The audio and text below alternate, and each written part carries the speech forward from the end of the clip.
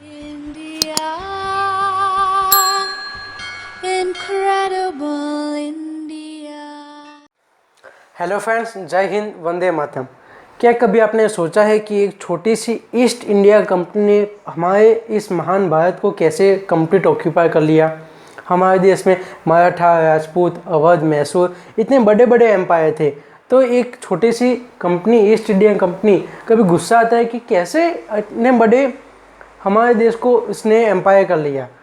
तो दोस्तों, जब अंग्रेज थे, क्या कभी इन्होंने हमारे इंडियन सिविलाइजेशन, ह्यूमन का सेंस पे कभी सोचा है कि उनकी ह्यूमन की फूड फुलफिल कैसे किया जाए, कभी उन्हें एवरेज ह्यूमन बीइंग की लाइफ कैसे बढ़ाई जाए। उन्होंने ये सब कुछ भी नहीं सोचा है दोस्तों। अगर आज हम दोस्तों बात करें जो ये डेवलप कंट्री है, ब्रिटेन, अमेरिका, उनके जियोग्राफर जो रिसर्चर थे, उन्होंने सिर्फ जियोग्राफी में माउंटेन्स, ओशन एंड अर्थ, उसके बारे में जियोग्राफी में रिसर्च किए। क्या कभी उन्होंने ह्यूमंस की एवरेज लाइफ, उनकी फूड की सफिशेंसी, उसके बारे में कभी जियोग्राफी में स्टडी नहीं किए। आपको लगेगा दोस्तों कि ह्यूमंस के बारे में हमें जियोग्राफी में क्यों पढ़ना है। तो दोस्तों, हमें ह्यूमंस के बारे में या जियोग्राफी में, कि आपको लगेगा ये तो बायोलॉजी का सब्जेक्ट है, लेकिन हमें यहाँ आइज़, ईयर, इसके ये कैसे फंक्शन करता है, ये सब नहीं पढ़ना। ह्यूमन का फिजिकल जियोग्राफी में इंटरेक्शन कैसे है वो हमें पढ़ना है। तो सबसे पहले एक उदाहरण लेते हैं दोस्तों हम, कि अगर ह्यूमन हमें जियोग्राफी में क्यों पढ़ना है, तो हमने देखा होगा कि इंडस सिविलाइजेशन थी, उस समय हम ह्यूमन को नहीं पढ़ते तो चलेगा, अभी भी नहीं पढ़ेगी तो चलेगा, लेकिन जब इंडस वैली सिविलाइजेशन थी तब अगर हम नदी में से कुछ पानी पी लिया हमने तो कोई फ़र्क नहीं पड़ेगा। लेकिन हम इंडस सिविलाइजेशन वैली से हम गंगा तक पहुंच गए, ह्यूमन बीइंग की पॉपुलेशन जैसे बढ़ी, हम इंडस से गंगा तक पहुंच गए। हमने गंगा को इतना बिगाड़ दिया, बिल्डिंगें बनाई, कचरा फेंका, गंगा बिगड़ चुकी है, पॉल्यूटेड हो चुकी है अब। तो दोस्तों, इस तरह से ह्यूमन का एक जियोग्राफी के साथ इंटरेक्शन हुआ।